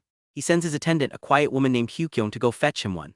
This should be fun, he says, and that rich, sickly old stranger, quietly circling the loudest new teacher in town, is exactly the thread the next part is going to pull on. And the very next morning, that sickly old stranger doesn't just send for poster. He walks straight up to Baek's gate himself, cane in hand, bodyguard at his side. He looks around and asks, is this the Baekryong school? Baek is thrilled. He's had his students plastering flyers all over town until dawn, hundreds of them. He's basically been yelling at everyone to open the gate so the paying customers can pour in. So when a rich old man shows up asking about tutoring, Baek rolls out the tea and turns on the charm. But here's the twist. The old man isn't there to sign up a grandson, he wants to enroll himself. He leans in with this playful little grin and asks, what do you think, could an old guy like me get into the Blue Dragon Academy? Then he drops the number. He's 65 years old, and he's dead serious. Now Baek's already clocked two things. His aura is strange, and that quiet woman behind him is way stronger than any bodyguard should be. So Baek does what Baek does, he decides to squeeze him. He names an outrageous fee, 20 times the normal tuition. And for that kind of money, he promises to make him the oldest student the Blue Dragon Academy has ever accepted. That's when the bodyguard snaps. Her sword's out in a flash, aimed right at Baek's face, and she offers to cut his tongue out for the disrespect. The old man barks one word, Hyukyong, and she freezes, blade slamming into the ground. He apologizes for her, calls her rude, and waves the whole thing off like it's nothing. Baek, to his credit, gives it to him straight. At your age, he says, the very best you could hope for is a second-rate master. Maybe first-rate if you get incredibly lucky. And the old man just smiles and offers 30 times tuition instead. 10,000 silver coins, half of it up front. Baek's inner accountant does a backflip. He claps his hands in a shower of cherry blossoms and shouts, "How could I possibly refuse, what a deal," and moves him into the dorm that same day. Then Baek runs a quick body check, and the cane isn't just a cane, there's a hidden blade inside it. This old man came armed. Baek files that away and plans to build his training around Green Forest Technique number 18. Then he asks permission to send his own chi through the man's body for a proper look. The bodyguard objects hard. Baek pushes past her. The old man agrees. And that's when it hits him. This body is flooded, packed with medicinal chi from a lifetime of miracle herbs, and underneath all of it, a massive knot of trapped impure energy. The kind that even a legend called the Spirit Doctor of Life and Death swore could never be removed. And Baek realizes something. The old man knew. He hid it on purpose. He came here to test whether this cocky young teacher could actually see it. So Baek tells him the plan. He's going to purge the impure energy right now. The old man nearly falls out of his chair. Nonsense, he says, that's impossible. But Baek clears the room, sends the nervous bodyguard outside, and gets to work. And in his head, he's almost bored by it. Easier than the first time he did this to Chinwiji. Except mid-purge, something greedy happens. The impure energy and all that precious medicinal chi have tangled together. And as he flushes the bad out, the good starts leaking free too. Baek's eyes light up. He calls the old man a living miracle herb, and he drinks every scrap of that loose energy straight into himself. Then the job's done. The old man marvels that his body feels lighter than it has in years. Baek says he's fine, gives him his best reassuring smile. Asks for just 1 minute and collapses face first into the rain. "Mr. Baek," the old man cries, and that's the cliffhanger. Here's what really happened though. What Baek just pulled off looks a lot like a forbidden move called the chi absorption technique. A demonic method that can burst your own blood vessels if you get it wrong. Even the bodyguard flatly calls it suicidal. But Baek staggers off alone into the night, tells everyone he's just going to breathe and wash up, and starts converting that stolen energy. And he's grinning. Because this haul might finally push his divine chi blast up to a 4th level. Meanwhile, the old man overhears people whispering that this teacher may have burned part of his own lifespan just to keep a promise. And it wrecks him. He had no idea, he says, what a sacrifice this young man made for me. Next morning he shows up transformed. He bows so low and so hard it makes everyone uncomfortable, formally introduces himself, and swears that from now on he'll do anything Baek says. Meet Suryong's 3rd student, a 65-year-old man named San Soo-gong, who immediately shows off his new chi in a little sparring demo and throws his back out. "My back," he groans. Baek sighs. They've got a long way to go. So now Baek has 3 students, a 15-year-old brawler named Gang, and a 65-year-old man who'd be the oldest student the academy has ever admitted. He tells his grandfather all of this while they walk the grounds. That's the old head supervisor the applicants keep bowing to, the legendary saber-toothed master. And that's when they run straight into the enemy camp. Su Namgung's pack of exam applicants, all smug white robes and sneering faces. One of them baits Baek into giving his name, then the whole group starts trashing his student Gang, calling him a failure, saying there's no way a nobody like that ever wins the ultimate martial arts tournament. Grandfather tells Baek to let it go, they're just kids. Baek does not let it go. He walks right up to the academy's star teacher, Su Namgung, and throws down a bet. Whoever students score higher on this year's entrance exam wins. If Baek wins, he gets to teach one of Su Namgung's own classes. If he loses, he cleans Su Namgung's room every morning and night. Lightning practically crackles between their faces. Grandfather stands there as witness. Deal. Baek marches straight back to his students, tells them to suit up and reassemble in 10 minutes or nobody eats dinner tonight, and announces he's going into demon teacher mode. His students look like they've seen a ghost. And demon mode is brutal. He's got Gang crawling around imitating animals, an old drill built on Green Forest Technique number 18. And he's literally sitting on the kid, yelling, "Keep running, little bull." When Gang collapses and asks why he has to move like a beast, Baek explains the oldest martial arts were born from watching animals before people sanded all the mystery out of them. And to light a fire under him, Baek repeats what the enemy said. "Su Namgung called you a failure, he said you're lazy by nature." Gang's eyes go up in flames. Good, Baek thinks that rage will make him stronger. But not everyone gets the demon. There's a quiet student, Chinhyo, the reformed killer Baek once spared back in Namchang and handed a whole new life. Every time Chinhyo tries to raise his chi, he gets dizzy and breaks into a cold sweat. Baek checks him over and figures out the block isn't in his body at all. It's in his head. Somewhere in his memory are the people he killed back when he was lost, and now his own power terrifies him. Baek doesn't push. He tells him they'll fix it together within the month, just do your best. Chinhyo, near tears, promises to try harder. And then there's Gong, who won't stop training even when his body is begging him to rest. During a massage one day, the old man let something slip. He He's had plenty of these before, he says, back at the royal palace, and Baek's eyes narrow. This is no ordinary old man. Then Gong tells his story. He was a poor, sickly little boy. His widowed mother scraped together every coin to send him to a regular school. And he'd watch the other kids march off to martial arts academies in their crisp white uniforms and headbands. By the time he finally got rich, by the time he had everything, his mother was already gone. He calls the memory silly. His bodyguard snaps at him to stop, but he just smiles through the tears and says he is genuinely, finally, having the time of his life learning martial arts, and it gets Baek right in the chest. That's the moment something shifts in him. A little later, surrounded by his students all teasing him and calling him a cold-hearted meanie, Baek realizes he can't even flip back into his old demon teacher self anymore. It's just not possible, not with these people. 1 month later, they line up to register for the entrance exam. And when a bystander jokes that the paperwork is really just there to weed out certain applicants, poor Chin Hyo flinches. He remembers the day Baek told him to forget his old cult and live as a true warrior, build a whole new self so nobody would ever suspect who he used to be. But the moment that really lands is Gong and Hyukyung at the gate. Only applicants are allowed past this point, so she can't follow, and she panics. She offers to cloak herself and sneak in, swears she'd bite off her own tongue under torture before she'd ever expose him. And Gong, instead of being touched, snaps. Hyukyung, are you trying to upset me? Then softer, he tells her he thinks of her as a daughter, orders her to take the day off, and gives her money for food and clothes. She does not take it well. Alone in a restaurant, she starts spiraling, convinced Gong needs her less now and might get rid of her entirely. When a drunk grabs her, she slams him into the floor with one cheat-charged punch and scares the whole room. And here's the piece that matters. Hyukyung wasn't hired. She was a war orphan, trained in infiltration, assassination, and scheming by an outfit called the Silk-Clad Guards. And years ago, the emperor himself handed her over to Gong. She became his property. She only goes free if he dies. He erased her past and gave her a new name, and she says all of it like she's reading a grocery list, which unsettles even Baek.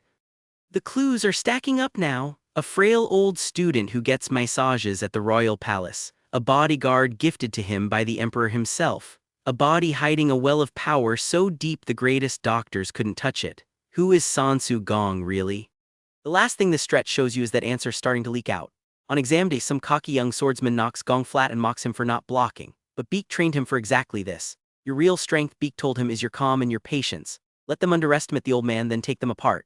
So Gong dodges, needles the kid until he's blind with fury and lands one clean, devastating counter. And as it connects, Gong feels it. Something inside him waking up. I can see your attacks so clearly now, he breathes. And that something, that sleeping thing buried in a sweet old man who just wanted to learn, is exactly what the next part is going to blow wide open. But that sleeping power inside the sweet old man wasn't the only buried thing about to wake up. Because this is the stretch where the shadow Baek has been dreading finally starts to move. The blood cult he burned to the ground is not gone, and the first hard proof of that shows up in a fight he isn't even part of. Picture an exam season crowd, all packed in to watch a duel. An old man is fighting way above his years, every motion loose and fluid, nothing wasted. The people around Baek argue about what they're seeing. Is it shaman magic, some kind of Taoist trick? One of them lands on the truth. His strength is in his smoothness. Softness beating raw force. The old man wins clean and the crowd goes wild, calling him the oldest applicant the academy has ever seen. A young swordsman rushes over and throws his arms around him. Great job, sir, and then a scream rips the celebration in half. A bloodied fighter comes storming up, roaring, "You sneaky old bastard, I'll kill you." He tears his sword free, ready to cut the old man down where he stands. But the young swordsman plants himself in front and blocks him cold. Stop right there, Maxing. That kid is Chunwiji, 15 years old and already the top student admitted this year. He's also quietly one of Baek's own. And Baek is right there in the crowd, unseen, reading every second of it. Maxine Joe snaps. He rounds on Chunwiji instead. How dare you get in my way, I'll kill you and that old man both. His eyes flood red. His blade lights up with a gray aura that has no business being there. Baek's gaze sharpens because that's a technique he never taught this boy. Still, Chunwiji is gifted and Baek can step in whenever he pleases, so he keeps still and lets it play out.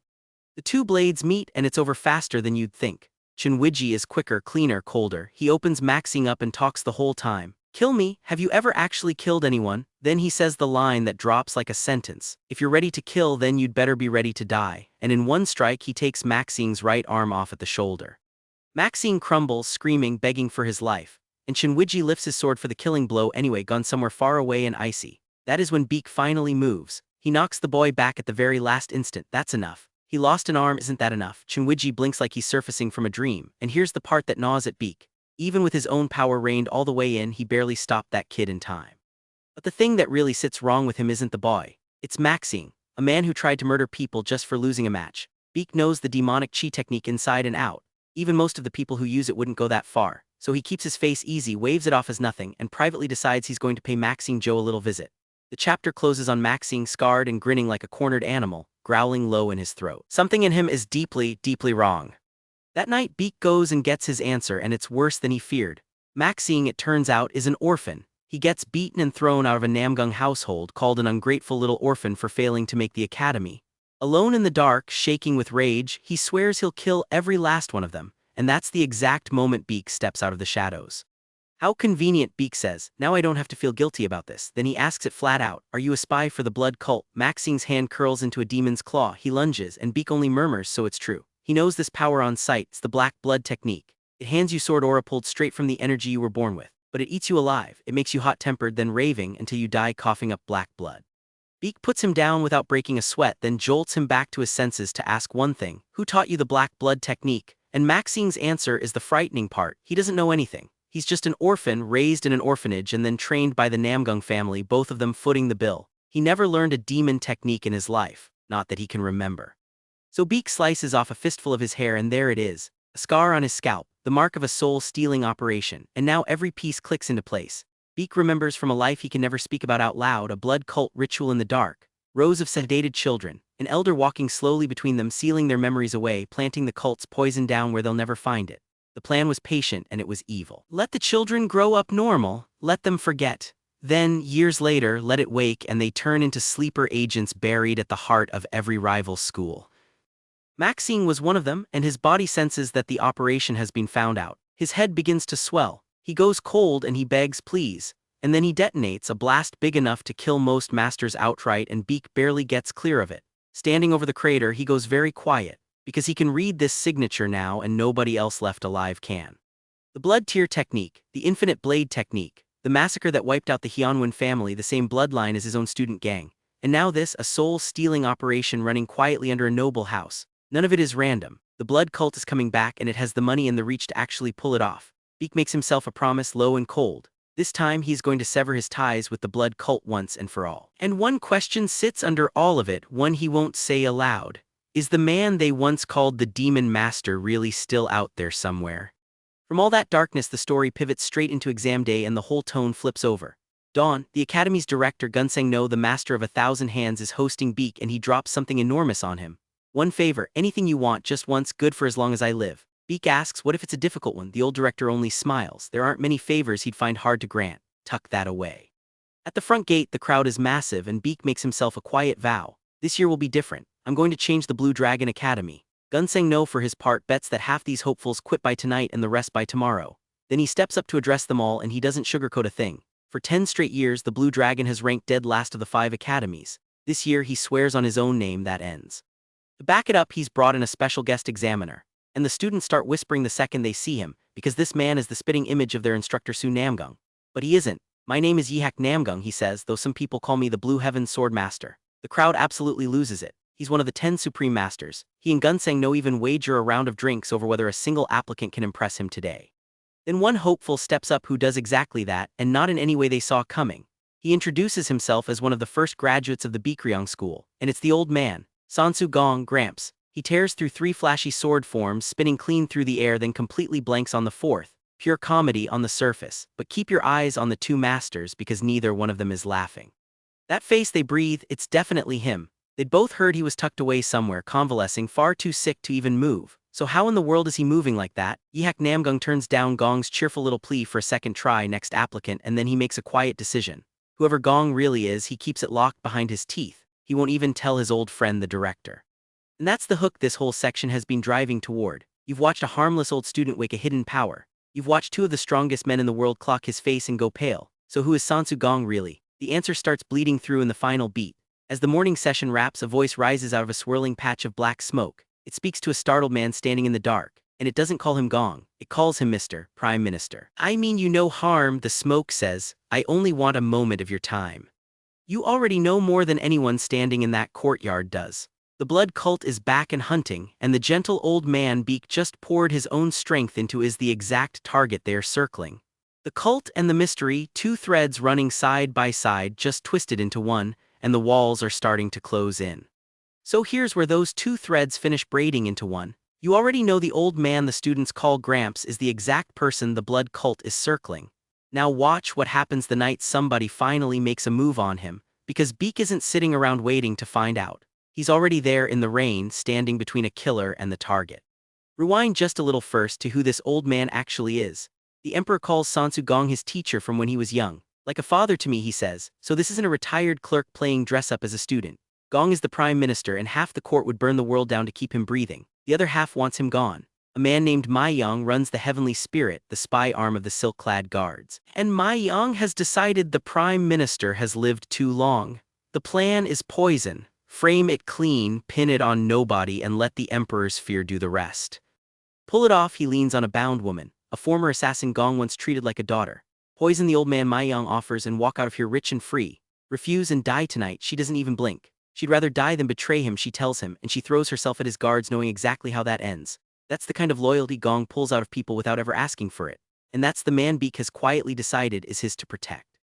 Gong's bodyguard Hyukyung has been shadowing a suspicious figure through the dark, a man with a strange artificial hand. What she finds instead is Suryong Baek standing over a heap of Ma Yang's men, calm as a slow Sunday. I just killed them all, he tells her like he's reporting the weather. Then he locks eyes with her. Hyukyung, none of what you're about to see ever happened. Got it. And he turns his blade on Ma Yang.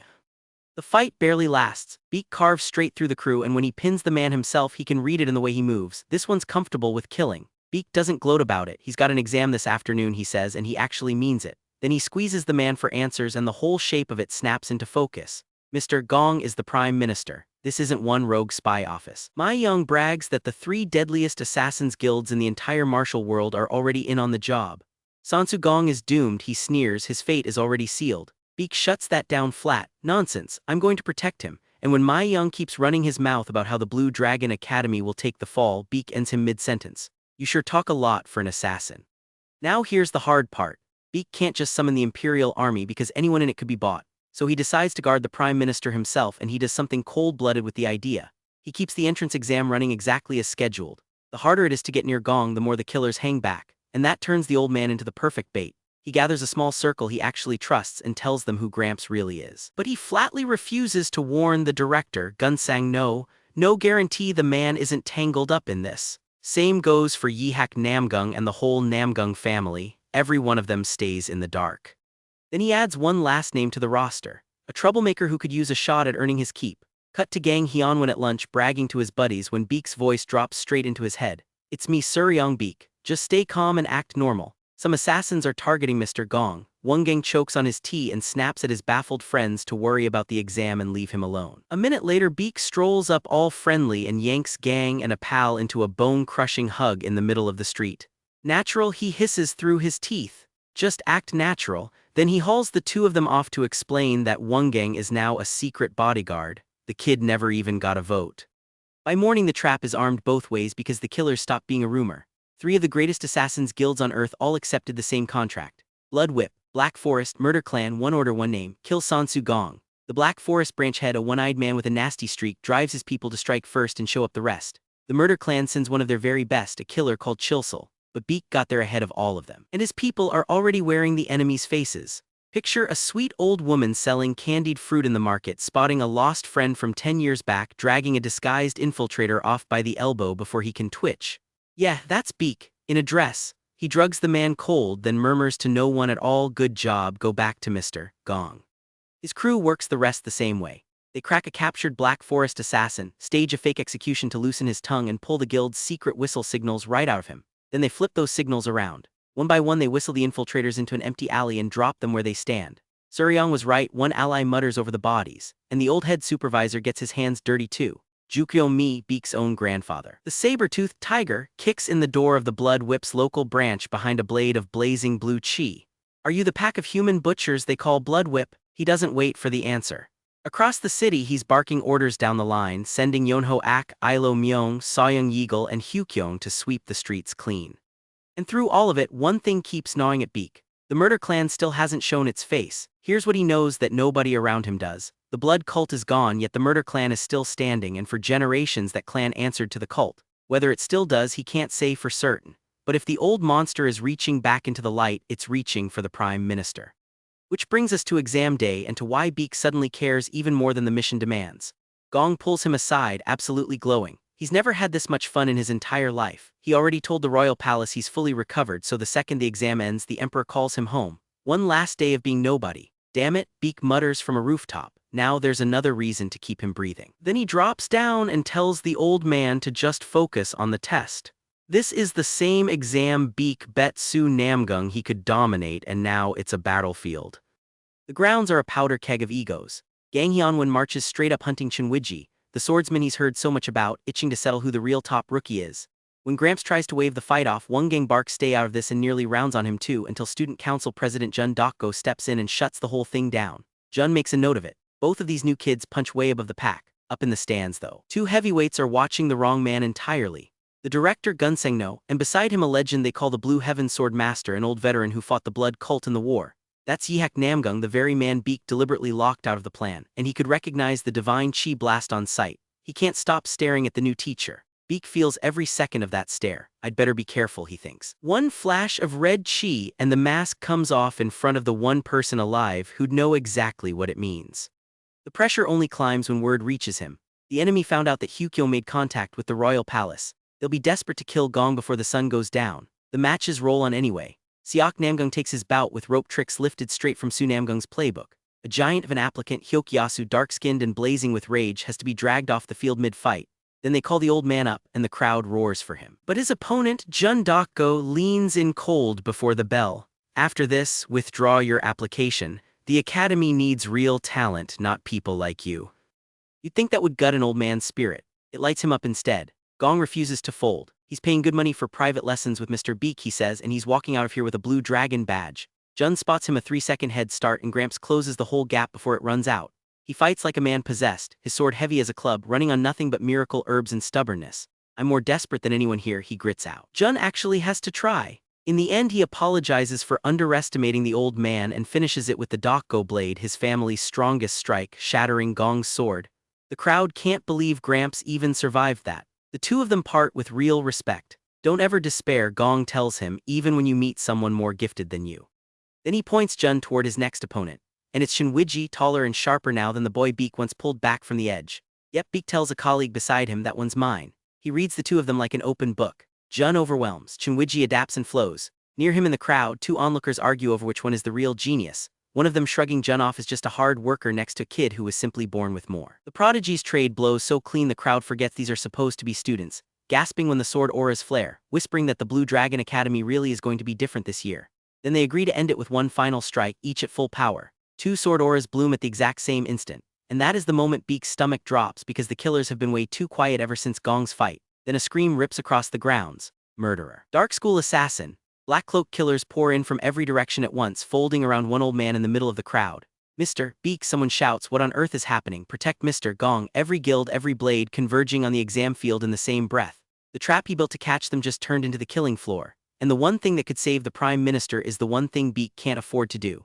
Cut loose. Turn that hair blood red in front of the Blue Heaven Sword Master, the single man watching who'd know precisely what he is. Here it is, every secret Baek's been juggling, the dying body, the hidden power, the old man he's been guarding, all of it gets put on trial in one single afternoon. And it starts with blood on the exam grounds.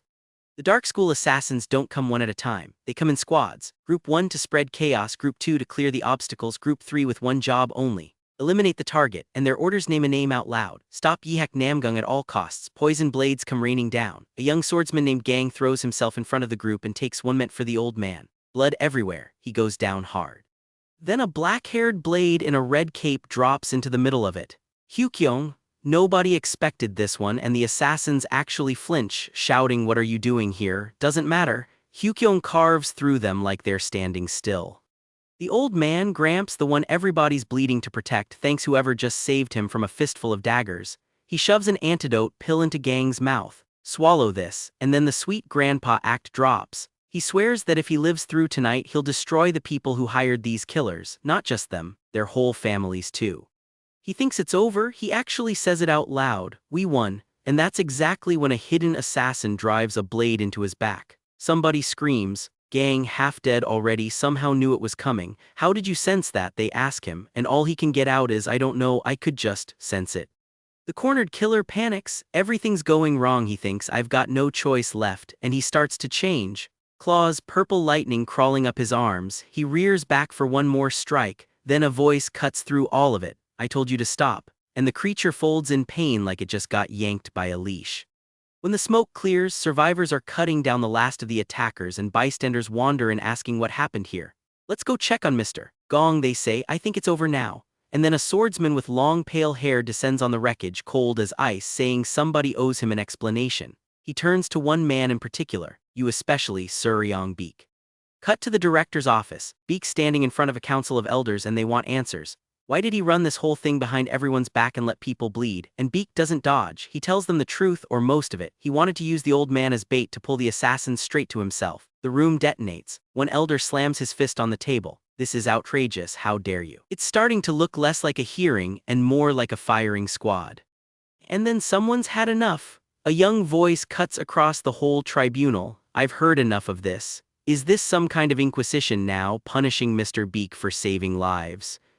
Because here's who that accuser just tangled with. The old man Baek used as bait. He's alive and he is furious. Is this an inquisition to punish Mr. Baek? He was only trying to protect me from those assassins. And then he drops a line that freezes the whole room. If this academy fires him, I'll take him to the royal palace and make him a general. A general? Nobody in that room understands how a broke old student can promise something like that. But you do, because you already know exactly who Gramps really is. And he's not the only one who stands up for Baek. A swordswoman offers to take whatever punishment they hand him. A scruffy kid says flat out he won't attend Blue Dragon at all if Mr. Baek isn't teaching. And the director, Gunsang No, turns on the man who dragged Baek in here, the one called Yihak. He grabs him by the ear and makes him apologize on the spot. With that fire put out, the academy does what academies do. It covers the whole thing up. 2 instructors agree to tell everyone the attack was just a plot to disrupt the entrance exam. Clean story, nobody panics, and the Prime Minister, back in his own quarters, gets word from the palace. The Emperor himself is sending one of his personal guards, the silk-clad swordmaster, to escort him. The old man's answer is ice. Tell them all the same thing. Those who spilled blood will pay with their own blood. Then comes the entrance ceremony, and this is where the whole story turns. Gunsang No stands up in his golden dragon robes and vows the Blue Dragon Academy will beat the Dark School like it always has. The top new student gets called up to speak. Chinwiji, the sword prodigy who fought Jun Dokgo to a standstill, Baek's kid, the one he pointed at and said, that one's mine. And Chinwiji steps to the front, says his name, and then gives his own spotlight away. I wanted someone else to speak for the new students. Mr. Gong, please come up here. And the old man climbs the stage. My name is Sansu Gong. At 65 years of age, probably the oldest applicant this academy has ever taken. The crowd can't believe it. 65. And he talks about the one thing that carried him this far, perseverance, and a teacher who actually believes in what you could become. After it's over, Gong tries to hand in a resignation letter. He figures he's done, too much heat around him now. Gunsang No won't take it. Come back when everything settles, he says. And later, over a quiet drink, the old man finally says it straight to the man sitting beside him. Mr. Baek, you trained me this past month. You are the best teacher that I could have asked for. And Baek, the killer who used to break children into weapons, looks at him and says, you were the best student too, sir. Sit with that one for a second. The #1 instructor of the blood cult just got told he's the best teacher in the world. This is the man who taught kids to kill and never once called it teaching. He spent an entire past life breaking people into weapons and calling it a job. And now a stranger who trusts him completely just handed him the one title he never thought he'd earn. The person saying it has no idea what he's really talking to. And for a second, neither does Baek. Gong isn't done. He asks Baek to look after 2 of them. Watch Chinwiji, he says. He's a sensitive boy and a lot of people are going to envy that talent. And watch Gang. He took a dagger to the chest just to protect me. Then he teases Baek about getting married and Baek waves it off. Not ready for that yet, sir. But under all that warmth, Baek's mind is somewhere darker. The blood cult hasn't disappeared. In his last life, he never once stopped to think about it. Now he can't stop thinking about it. And behind his eyes flickers a hooded figure holding a book that glows blood red. Right then a visitor knocks. It's Gang, says he forgot to give a present, and he steps inside and attacks. Except Baek already has his sword out. I knew it was you, he says, because I've been waiting for you. The thing wearing Gang's face grins wide. I copied everything about him, the way he talks, the way he walks, even his scent.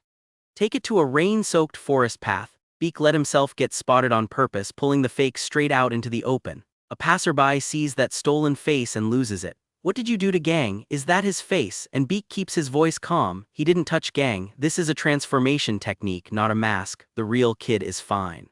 The assassins got a plan, and 15 minutes before the silk-clad sword master shows. Kill Sansu Gong, pin it on Baek, walk away clean. Gong panics. "Mr. Baek, save yourself," but Baek's already looking at the man's power like an old photograph. Was that the dark murder technique just now? Haven't seen that one in years. Then Baek lets a sliver of the real thing off the leash. His chi flares crimson, his hair burning red, and the assassin staggers. He did not expect this. He spits that Baek's been hiding his true identity because of Yihak Namgung. "Did you think you were the only one?" And then his own hair goes blood red, his eyes lighting up that same color. He didn't want one of the 10 Supreme Masters seeing him like this either. Baek goes still. Those eyes, are those the blood demon eyes? And there it is, the thing only you and Baek understand. This isn't just some hired blade. The murder clan and the blood cult are the same rot wearing two different names. The killer knows it too, and he's terrified of anyone finding out. Baek tears clean through the dark murder technique like it's paper and runs the wounded assassin down. The man's panicking now, desperate to warn someone. He calls the first assassin about the teacher who just shredded him. He spots a lone traveler on the road and lunges to grab him as a shield. He doesn't make it. A swordsman in a wide black hat drops in and cuts him down in a single stroke. "That's an assassin's technique," he says. "Were you trying to harm the Prime Minister?"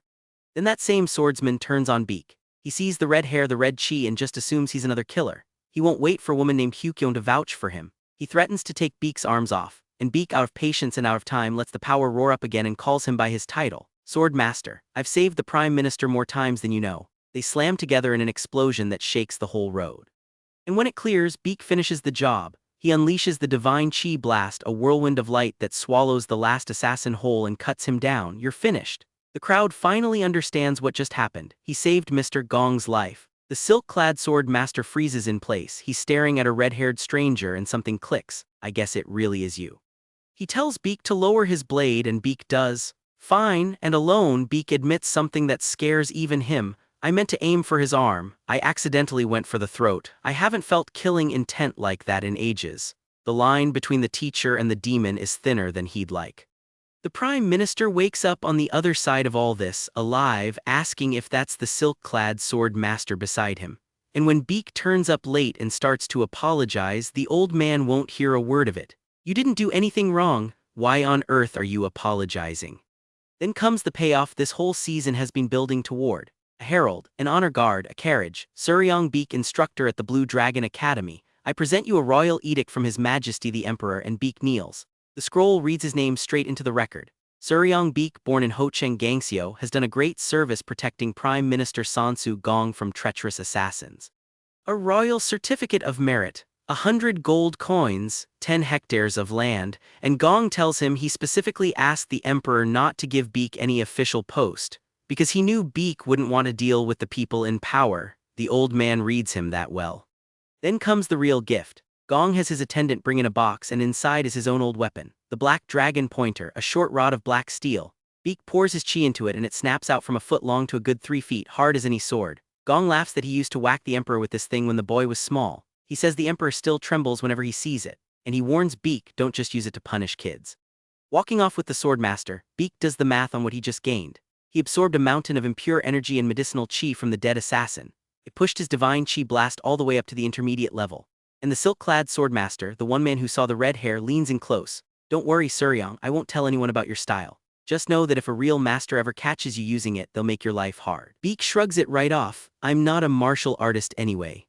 And this is where all of it lands. That silk-clad swordmaster is considered the weakest of the 10 Supreme Masters, and even so Baek felt a wall of power between them. He thinks about how close it just came. If Yihak Namgung had been the one to see the divine chi blast instead, the whole disguise could have come apart at the seams. But he didn't. Nobody who matters saw the truth. The killer walked through the front of the throne room and got honored by the emperor himself. The man he saved called him the best teacher in the world, and still nobody knows what he is. Think about the question this whole season opened with. Could the deadliest assassin the blood cult ever made really become a real teacher, hide what he is, and beat the clock ticking down on this borrowed body? Right here on a throne room floor with a royal scroll bearing his name, the answer comes back yes. He pulled it off, every piece of it.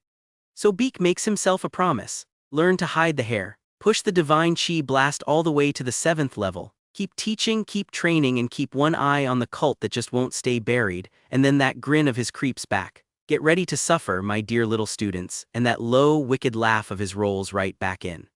Cut to right now. Blue Dragon students are crowded around the semester board gossiping about the new lineup. Advanced speed attacks with Su Namgung. Ching Gong with the old head supervisor. Ancient history with some new teacher named Soyoung Yeagle. And then they hit one more name on the board and the whole group just freezes. Wait, this guy's teaching a class too. And the subject Suryong Baek signed his own name to says everything about where this is going.